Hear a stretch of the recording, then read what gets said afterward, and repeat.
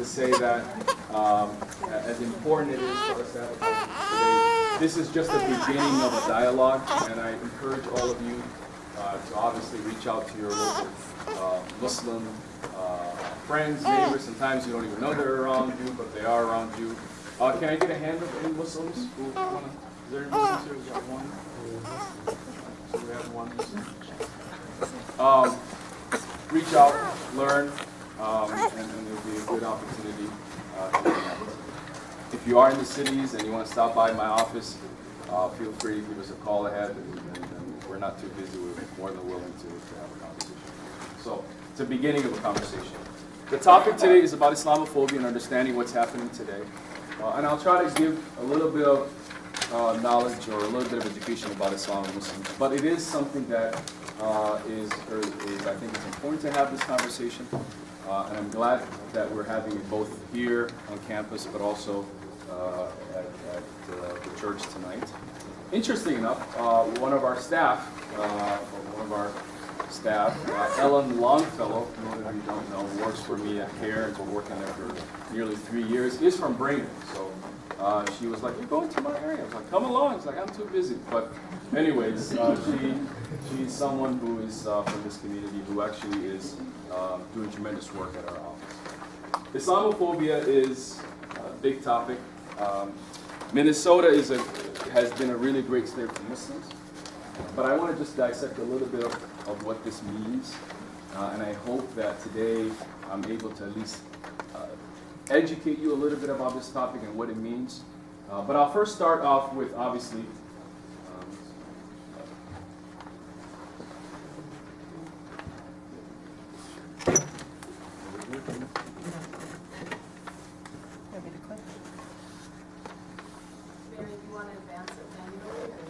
I think we're going to have to.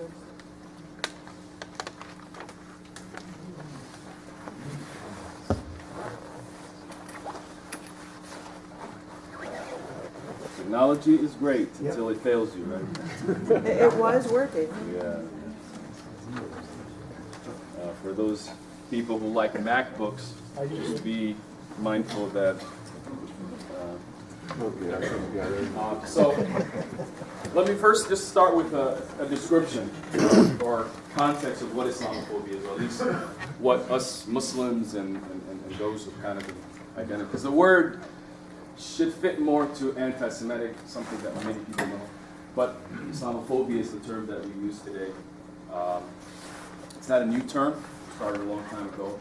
But just a few words about it. It's about this irrational fear, hatred, hostility toward Islam and Muslims that is really perpetuated by negative stereotypes that are not just about what's happening today, but I also consider the days of Chuck Norris to be, that type of stereotypes from Hollywood as well, resulting in bias, discrimination, hatred, and really leads to this idea of marginalizing and excluding Muslims from the lives. So it's not just something that just arrived when a few of our presidential hopefuls have made comments about it. It's something that has kind of existed, but now has become kind of a centerfold or something that we're starting to see not only the impact in the Muslim community, but in our society and as how we speak about Muslims. Islamophobes are individuals who have been identified themselves as to be so-called expert on Islam, and they use they benefit from the fact that there is a great deal of ignorance about Islam, and so they make themselves to be the experts about Islam. And so there are a lot of them out there in our communities, and I'll talk a little bit about one specific one that I've actually been visiting this area in North Minnesota. I've seen some flyers and some information that has been passed around, and a lot of it is based about my organization at C.A.I.R. C.A.I.R. is a grassroots level organization. It's like the NAACP for the Muslim community. My Minnesota chapter was established in 2007. We're part of 35 chapters across the United States. Our main work is really to empower American Muslims through education, defend them in civil rights, and defend all and anyone who has their civil rights been violated. and to build that understanding, to build those bridges of understanding. So that this event, me coming here, speaking to you, is part of the work that C.A.I.R has been doing for a very long time. We are an organization that is in Minnesota. All of our donors are from Minnesota. And I encourage you, if you're on your way out, as the foreign policy discussions as well, I'll leave my little brochure, and in the back it has a donation envelope, and I think most of you know what that is. That's how we run our operation.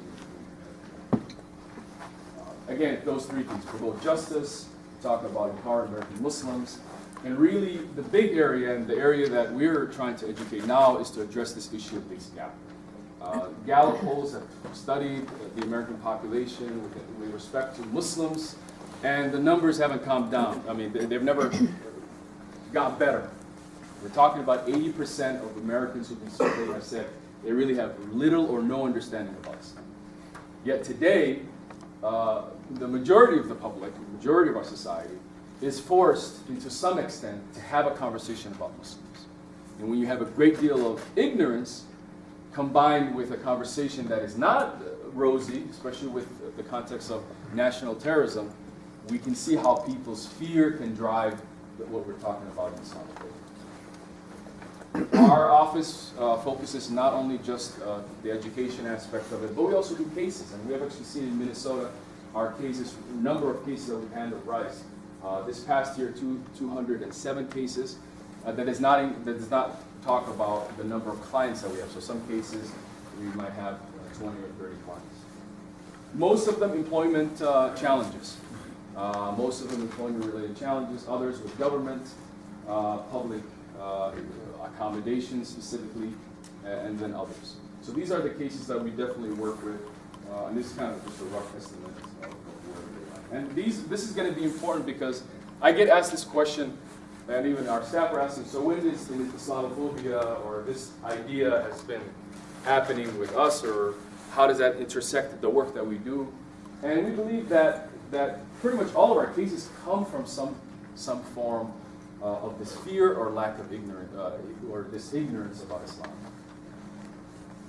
So, who are the Minnesota Muslims?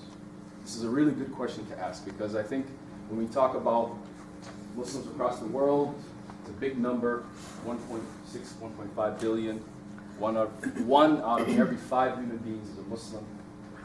But in Minnesota, they're all different. They come from all walks of life. And Minnesota historically has actually been a leading in many areas in the United States. We have the first ever Muslim congressman in the history of our nation come from Minnesota, Keith Ellison there on the We have the only Muslim CEO of a Fortune 500 company, right there, Omar Ishaq. And then these two women, one a federal prosecutor who, city prosecutor, or county prosecutor, now she works at a different firm. A Somali woman who works, obviously, in doing that. And then the most recent addition, I just added her today, is she's the first, I think, Muslim woman to hold office in Minnesota. We're not 100% sure, but we're using that title right now. And she's a new school board member for my alma mater, Columbia Heights High School. So, and then obviously we have Muslims in all kinds of different sectors. So we're pretty much your neighbors. We're doing everything that you guys are doing. And that's important because a lot of times what Islamophobia is trying to do is to try to put a wedge between our communities, to make us seem we're not part of the community, and we have certain agendas or certain. Let's talk about history. So Minnesotans, Iowans, North Dakotans, we seem to be not diverse, right? But the reality is, historically, when it comes to religious diversity, North Dakota, Minnesota, Iowa, this Midwest area has actual, tangible evidence that Muslims have been here long before. Is there anybody who's 125 here? Okay, so before everybody in this room, there was Muslims in this area. So this is the two mosques that I want you to pay attention. These are the oldest mosques that we know of in the United States. One in Ross, North Dakota, that's now a symbol, more of a museum. Ross, North Dakota, for most of you who don't know, that's next to Minot, where the oil boom is. And then the second mosque is actually the oldest and still standing in Cedar Rapids, Iowa. One of you have driven by it, went to it, know Iowa. Minnesotans know Iowa, right? So, Cedar Rapids, Iowa. And who are these immigrants? They're actually Syrians from Turkey, from Lebanon, because they came before we changed our immigration policies to allow brown people to actually immigrate to the United States. So this is obviously the early century, but the fact of the matter is the American Muslim history goes long back before that, right? There's evidence to show that on the Mayflower, the actual labor guys who were working those ships were actually Muslims. Christopher Columbus was leading the ship, but the people he was employing were actually Muslim. To the point that where there's actually a third or a quarter of all African American slaves that came to the United States were actually Muslim. And most of you may have been in contact with, or may have read or watched the series Roots. Some of you kind of remember Roots, Alex Haley's, and Kunta Kinte is obviously a Muslim. And so the American Muslims, or the history of American Muslims, it goes way back. And I also talk about this aspect of today, Barack Obama, who's not Muslim, but his father was a Muslim, that he's claimed to be a Muslim, right? But the reality is the first president to be accused of that was actually Thomas Jefferson. And today we have some sort of, some governors today would not even have a Ramadan iftar, which is, during the month of Ramadan where Muslims are fasting. During the end of the day when you break your fast, you have a meal together. Many states, governors will not even consider having that. But Thomas Jefferson, going back to him, he actually held the first ever Muslim dinner like that, an iftar in the White House. So we have a long history of Muslims living here, and even here in Minnesota. I think that is sometimes something that we completely forget about when we talk about Islam and Muslims here in Minnesota. Obviously, since the 90s till today, Minnesota has changed, right? We have more immigrant populations that are here. There is actually Bosnians here that most people can't recognize, but they're Muslims. There's all forms of Muslims who immigrate to Minnesota. The largest population, the population that I come from, from Somalia, and I moved here in 1993 to the Twin Cities, and I've lived here pretty much most of my life. And so, but yes, Muslims have been here, and they've been part of the fabric, and I think it's important to recognize when we talk about this topic. Why Islamophobia? Why now? What is the story? And I want to connect it back to a history that we as Americans are well aware of. Religious intolerance. That's literally what Islamophobia is today. Accepting the new faith, the new person who came to the United States. And if you look at this list of people who are on here, many of you can identify with at least one or two. How many Catholics here? Or some of you don't want to tell they're Catholics. You haven't gone to church lately, but proud Catholic or not. But there was a time, maybe not in your generation, maybe a story from your grandfather or a story of your great-grandfather, where they weren't welcomed to the United States. And they've suffered a great deal of discrimination. So today what we see in the conversation of Islamophobia is the same type, maybe a little bit different, but the same type of discrimination that Catholics saw, perhaps more recently the Jewish American community saw, which is, again, employment discrimination, denial of public accommodations, organized discrimination. That means groups of people who say these people shouldn't be here, they should pack up and go back to Catholic land, right? Catholicism. But or discrimination laws, right? Laws that prohibit people from coming. How many of you can identify at least one thing with all of these the Muslims face? I just showed you a slide about 207 cases that we deal with. Most of them are employment discrimination, public accommodations. I'm going to talk about organized discrimination, and most of you know the conversation about immigration today. I want to clarify the fact that because a lot of people don't know anything about Islam, or they just haven't had that opportunity to understand Islam, and you're asking questions about Islam, that does not equate you to be an Islamophobe. If you want to know more about Islam and you have questions about Islam and you're asking good questions, we don't consider that person to be Islamophobe. But Islamophobe is someone who recognizes the ignorance in the room and becomes a snake oil salesman to fill that void. That is what we're talking about. 2015, especially what happened after people decided to run for office, some people decided to run for office, president's office, we saw a jump. But it wasn't just because of those comments, right? 2015, you could see we had the highest number of pretty much incidents targeting American Muslims.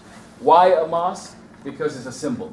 We're going to go attack their symbol, the place where they all know they're either going to go to it or they have some sort of relationship to it. And mosques are not the only ones, or they're not the only places that have actually been attacked.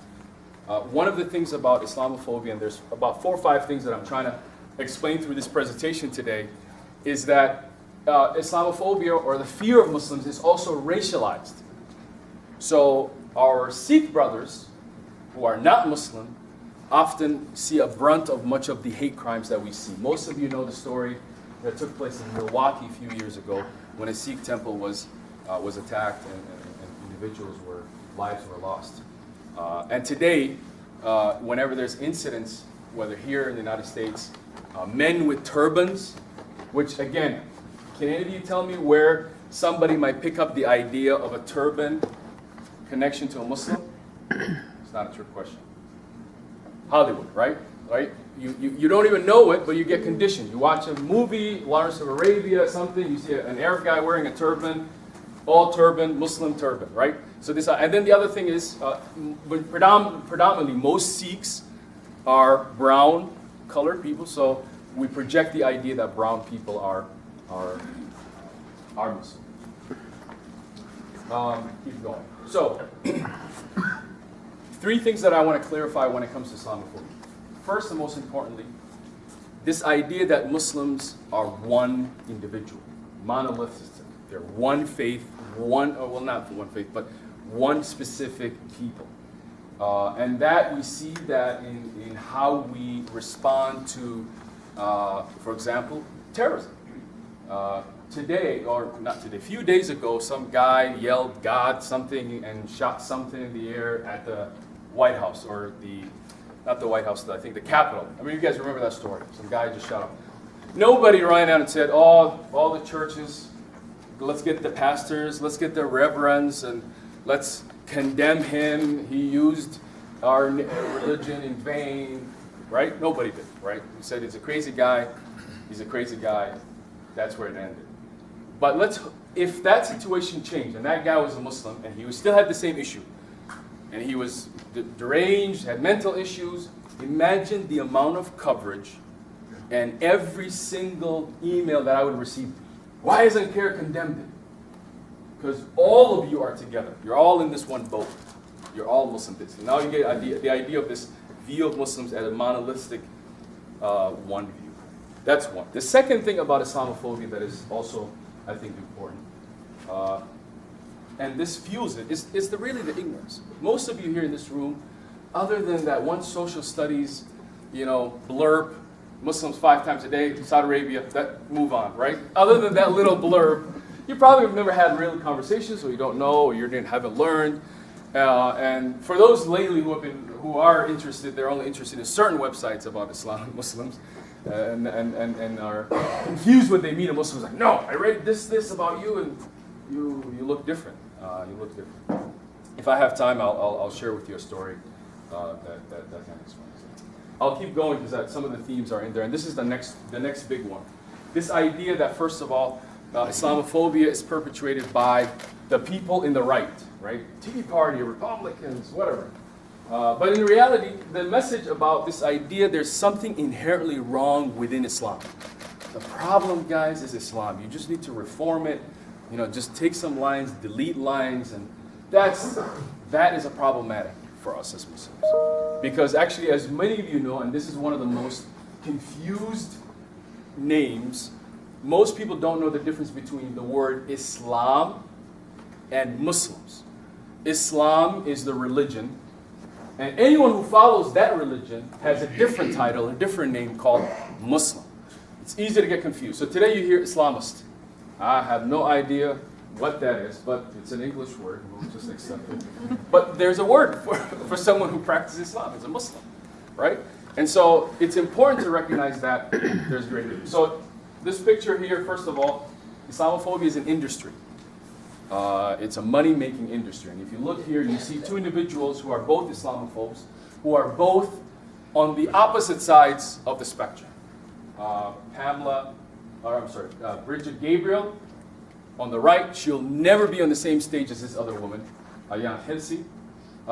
And both of them pretty much say the same type of information. And so, obviously on the right and on the left. So Jaylani Hussein will probably show on Bill Maher, and the left, right, you get there. The other thing is also, it's a business. There's a lot of people today who are interested in learning about Islam. And the more you can get your book in front of people, the more people will actually listen. So today, if you walk into Barnes & Noble, you'll see more of Jaylani Hussein's books than Karen Armstrong, who is a theologian, somebody who has written a lot about Islam and has been well documented, who's not a Muslim, and has been actually recommended as a resource for people who are learning about Islam. I'm going to get through the next slides a little bit fast just because I want to allow you and allow to have a conversation. So bear with me. This is just a slide that just tells us when you asked Christians, Jews, and Catholics, and Protestants, and Mormons, are Muslims coming under some form of prejudice? Well, everybody said above 50% yes, except a few here. But they said, yeah, there's some prejudice against Muslims. The one group that said there is a lot, more than the Muslims actually, are the Jewish American community. Can anybody think why? Students are, you not supposed to ask questions? No, seriously. Anybody? I would say that because the Jewish American community are the community that recently had to go through what the Muslim American community is going through. So when they hear a story of a hate crime or some other form of incident or this type of feeling and tension and conversation, they recognize that that story is not an anomaly. There is more to it than just that specific incident. Right? Because a lot of times we like to dismiss things and say, oh, well, Jamar Clark, it's just one guy. Right? But all you got to do is go to any of our prison systems and you'll find that there's a lot of Jamar Clarks. And I think it's important to recognize. So another statistic, same thing, is are Muslims being discriminated? Yes, this time Muslims feel it. And by the way, I always ask this question differently. I was sitting on a panel about Islamophobia a few weeks ago at the University of Minnesota, and there's few Muslim students who are like, oh, I haven't had much issue. And then I asked them the one question where a lot of Muslims have a panic attack. I tell them, how do you feel at the airport? And every single Muslim is like, oh, I do this, and I hide, and I put on a jacket, and I try to act normal. And I remember actually there was a guy that I met at Atlanta, and I was just having a good conversation, and then I'm like, I was like, the prayer time, I was like, I'm just going to pray. You want to pray with me? And he's like, no, I'll pray in the plane. I'm like, no, there's space here, we've got time, and he's like, no. And then I said, okay, I'm going to pray. As soon as I got up to pray, the guy was gone. He did not want him to be near me, and I thought I was doing something simple. I mean, I'm right here. I got security clearance. I'm praying, and I can even pray for people and peace in the world, but no. Anyway, so this fear exists. Why am I talking about Islamophobia? Because CAIR is the one organization that monitors this, talks about this. It's kind of become something we have focused on, but the reality is many people are talking about Islamophobia, and I encourage all of you. There's a book recently published by a professor from a university or college in Iowa. His name is Dr. Todd Green. I would encourage you to pick up that book because he has a lot of information, what I've just talked about, but even more. But we have a website that at least has some documents I encourage you to go to. In that website, I want to talk about one specific report which goes back to this understanding of organized discrimination. We in 2009 or around that time, there was this research done that was not just a CARE research, but it was a broad research, and we found out that there's 37 organizations that are actively lying to people about Muslims, and they're actually spreading this fear. And then there are 32 organizations that are kind of working with those groups and helping them. And so, what do? This network of people, they work together, obviously, to misinform people. And so, that's a big part of what Islamophobia is today, and that fear that it's starting to drive. It's not just something that people are aware of. It's not something that people just come up to their own. It's an actual organized people coming, having meetings, and with their agenda, obviously, to misinform the public, but also to kind of also be more reflective of themselves. Obviously, there's money involved, 119 million from this report. That is outdated. It's from 2013, 3 years ago. So obviously now there's more money in this business of fear mongering. What we also learned is that this group is very sophisticated. They also use very good names that most Americans will get confused by. So let me give you an example. I like this one. The American Islamic Forum for Democracy. Which one of you would not want to go to a lecture by the American Islamic Forum for Democracy? But the information that they're sharing to the public is obviously misleading. And one of the other things we also find out from, especially these leaders in this sector, and that's a trend, is what they say when they're not just talking about Muslims, right? Because, yeah, you could say, oh, they have it on Islam. They know about Islam. But when they're talking about other people, they also say things that many people in this room would disagree with. That here's one gentleman who actually leads a lot of these organizations, who funds a lot of these organizations. His name's Daniel Pipe. But he has been caught to say that brown-skinned people have different standards of hygiene. And that's not the kind of person you would be trusting from any type of information. And you will see that. All of their leaders are getting a lot of money. How many of you heard of the Sharia bill? Anti-Sharia bill, the Sharia bill. I have to say it like the American. Sharia. Sharia. It's, in Arabic, it's Sharia. But anyways. So the same, it doesn't just come up. These bills are not just created by these legislators. Right? These organized hate groups pretty much are the ones doing this. And so here's a gentleman who starts it. He has one of those inner core organizations. And he has been also caught saying stuff like, there is a reason the founding fathers did not give women or black slaves the right to vote. That's pretty offensive. So he starts the organization, he starts the bill, and then he hands it off to other organizations who are part of that inner or outer core, and then legislators get it at their desk, and then they push it out, right? They push it. By the way, all these bills are pretty much against the U.S. Constitution because of our establishment clause. For some of those who understand what that means.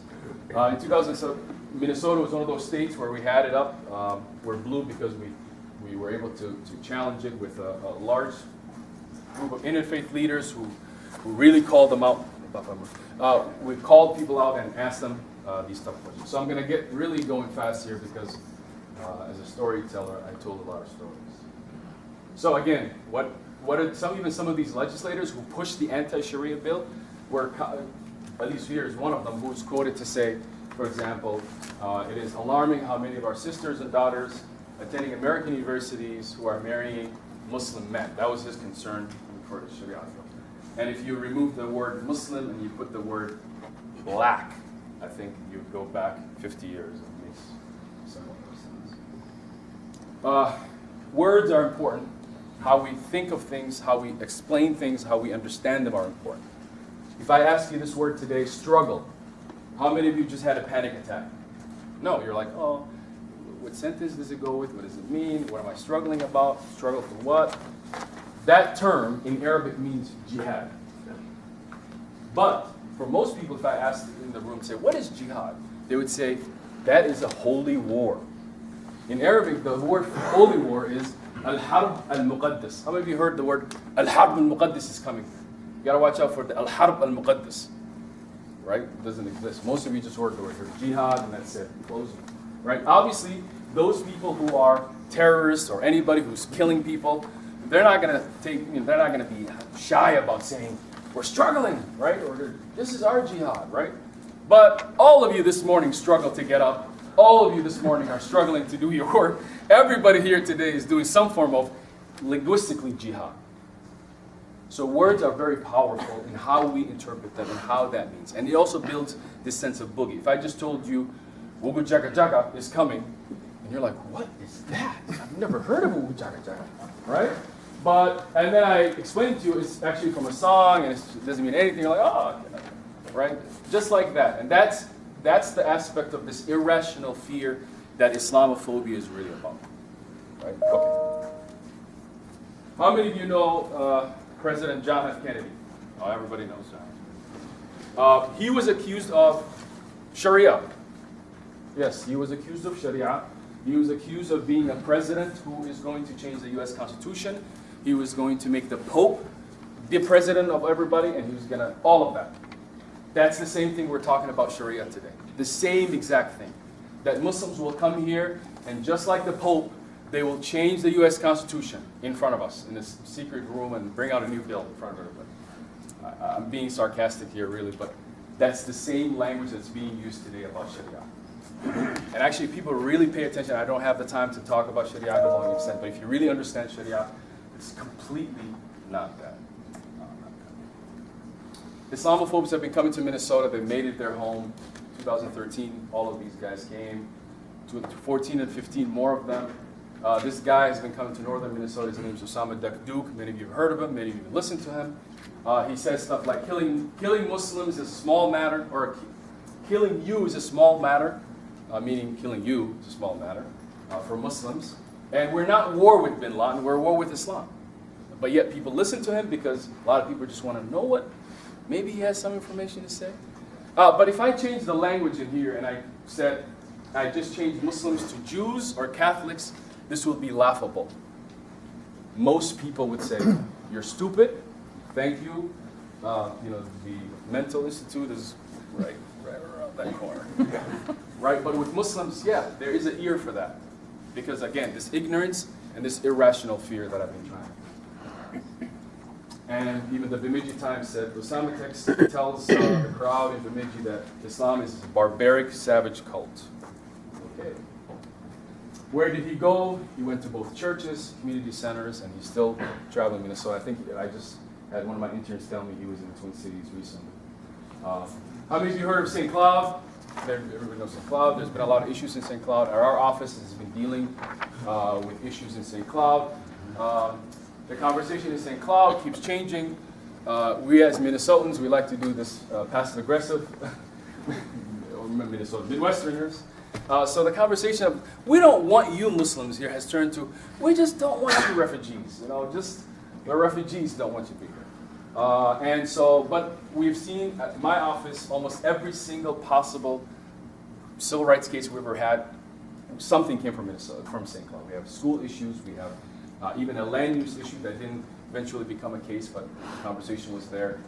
Vandalism of the mosque. The only mosque that have been actually vandalized over and over and over has actually been St. Cloud.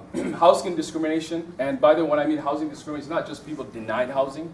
We have landlords who take advantage of old Somali men and women who trust this landlord and say, here's the check, or what's the other thing? That's not a check. Deposit, but money order? Money order, thank you. The money order, and then they say, oh, I didn't get it. You need to pay. So we had cases like that. And again, because of that low-level person who's doing this as a way to intimidate these people or to encourage them to. There's been rallies and counter-rallies and all types of stuff. There's also good news. St. Cloud is not just that. I've lived there. I've graduated from St. Cloud State University. But it's definitely an issue that is going on. The governor has visited the area. There's a group called Unite Cloud that's creating a conversation on social media, challenging people. And then I also talk about the interfaith community, who's also been doing a lot. But still, we have this idea that we don't want to get ourselves involved. Okay. All right. I'm going to tell you about how many of you heard. O'Halley and his wife, Warud Abu Mayele, went to pick up their teenage son at a friend's house in Brooklyn Park, just 10 miles north of downtown Minneapolis. He drove, she was in the passenger seat in a cream-colored headscarf. Like many nights before, the Muslim couple parked in front of the house and waited for their boy to come out. And suddenly a lady came with a rifle, knocking very, very hard, and she said, "Open the window or I'll kill you, open the window."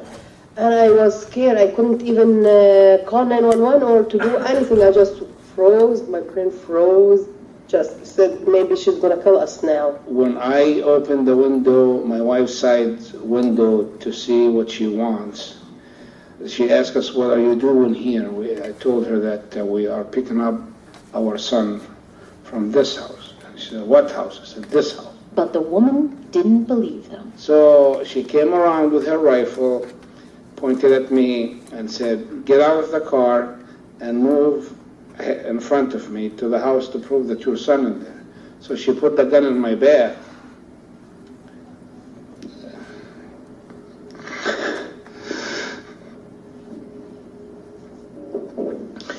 And made me walk. By the time we got halfway to the garage, my son came out, so I told my son not to do any acts, because he has a rifle. Hennepin County Court documents show Nancy K. Noble put the weapon behind her back when the son came out. She asked the boy. So, and I'll end here because there's a few more slides I'll just show you here, but this is an incident that happened. Most of you probably have never heard about it. You probably heard of this. O'Halley and You probably heard of this one that was in the news about Asma Jama, who was physically attacked and had 17 stitches on her face because the woman next to her did not like the fact that she was speaking Swahili, even though she spoke perfect English. So Islamophobia is not just this idea of people fearing each other. It is now turning into what we talked about, which is discrimination, hatred, and this idea of excluding Muslims from our society and then immediately looking at them as a threat. And all of that coming from, again, that stereotype which is perpetuated. So there is consequences. There's obviously many incidents that have happened. There are the buildings burned. There's one specifically in Grand Forks, North Dakota, that was burned. Many other incidents of hate crimes. Even the media plays a lot to this as well about the Minnesota Muslim community. There are hate crimes and hate groups that have been identified by the Southern Poverty Law Center in Minnesota that most people probably don't know anything about. I just want to say that I don't think that this conversation today I'm able to address fully the context of this issue. But the one message I would leave with you before I start the question and answer is that Islamophobia is not something that it's a Muslim issue. It's a societal issue. When we are afraid of each other, we allow the terrorists to win. My faith, my community suffers greatly from global terrorism, more than most communities. It is Iraqi children, Syrian children, Muslims who are being killed every single day through global terrorism. It's a concern for all of us. But when we start to change how we behave and we change our principles and ideals as Americans, it is really a major problem. So again, I want to really thank you. Some of you might have to leave the class. I want to thank you. And I challenge you to learn more about Muslims. I challenge you to learn, but I also challenge you to not allow for Muslims to be discriminated and any other people to be discriminated because of their faith. And I don't think, again, as I mentioned, that this presentation was meant for you to say, oh, now I'm going to go and, be all extra happy about Muslims or whatever. But I hope that this at least gives you an understanding of what the context is, what's going on, and I encourage you to have dialogue. Please, let's not just look at each other. There's a lot of Muslims in Minnesota, obviously. They're your doctors, your engineers, your school bus drivers. Have a conversation with them, and really that's when we break bread. That's when we realize that we share so much, and our differences are really so little. So with that, thank you, and I will allow for the question and answer part to start. So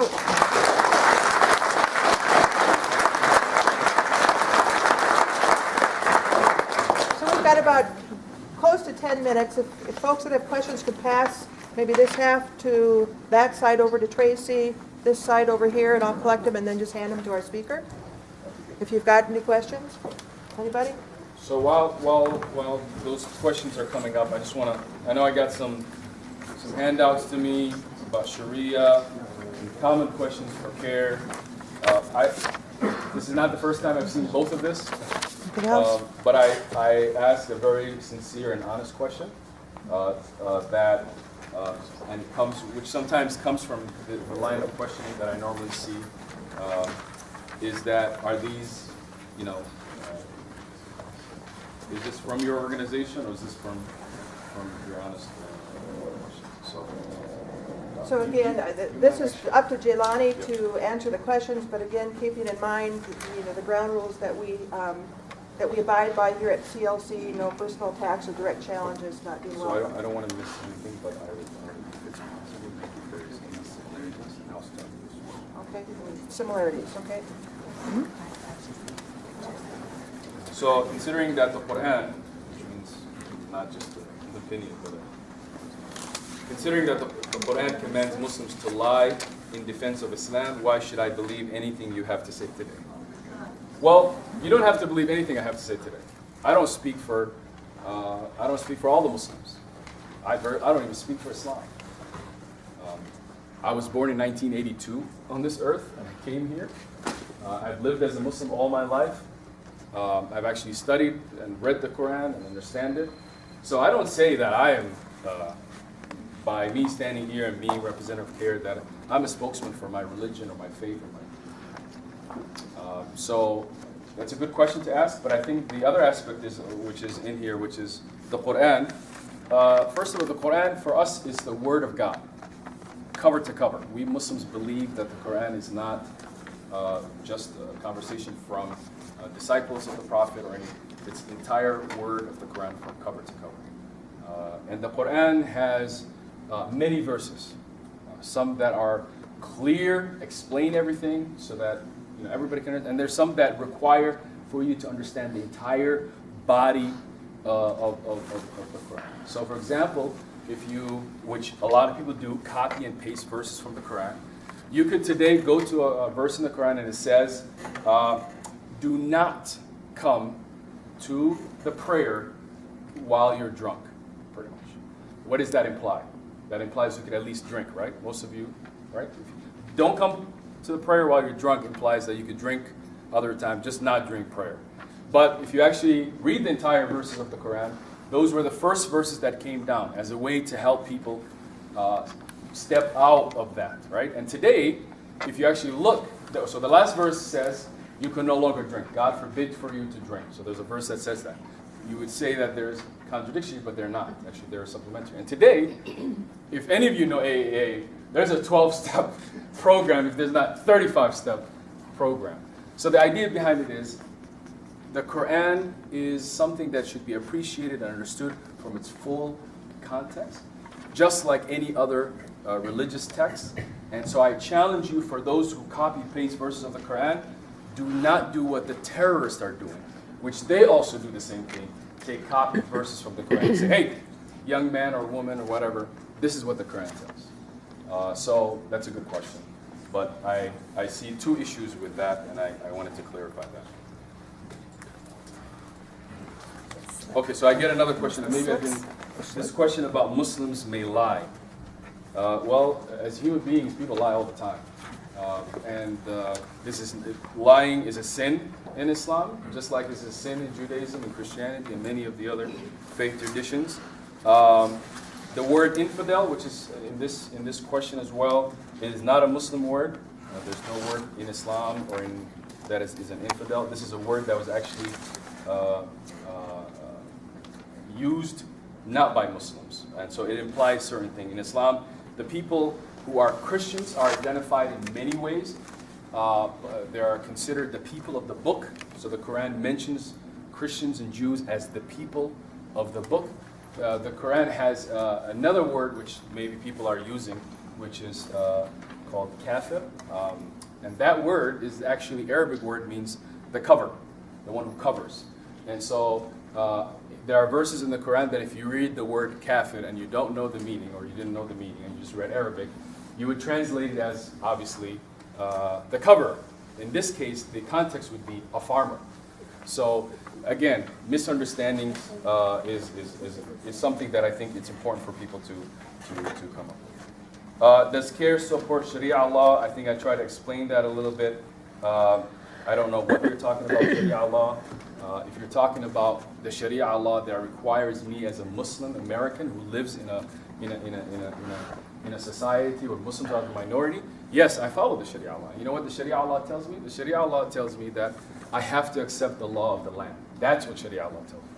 So I think it's important to recognize this idea that when you say Sharia law, it doesn't mean that I bring a law to change the system and all of that. That is again the same type of conversation that was used against John F. Kennedy, because when he became a president, there was a threat to the Constitution. There was a threat to how we govern as a society, because his higher, Big John Pope would be the one to change it. Again, I've explained the Sharia a little bit, and I'm more than willing to have a conversation with people afterwards.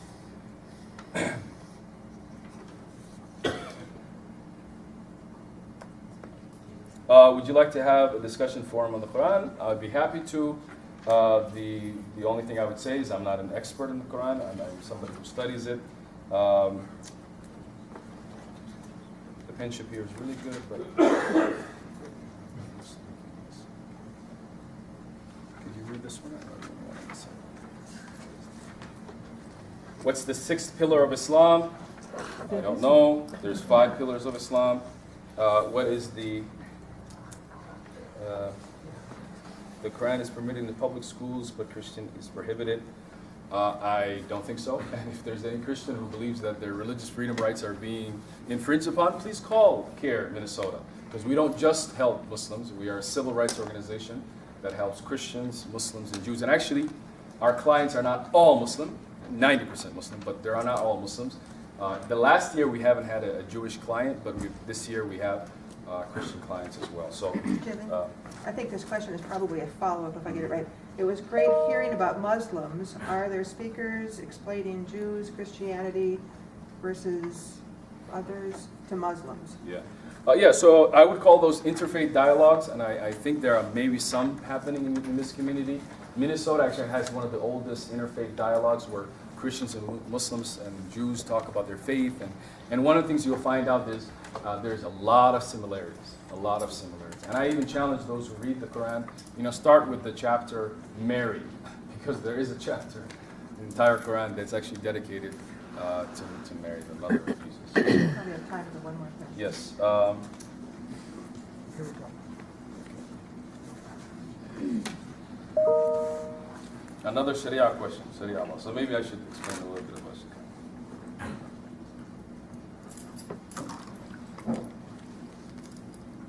Okay, so Sharia law follow, but then why Muslims insist that they have to pray during school when they are allowed to make up after work or school? This is a good question, and maybe we'll end with this one. Muslims, just like any other religious group, can request for religious accommodations, whether it's prayer or religious garb, as long as it's reasonable and works well within the environment. Muslims pray 5 times a day. We do.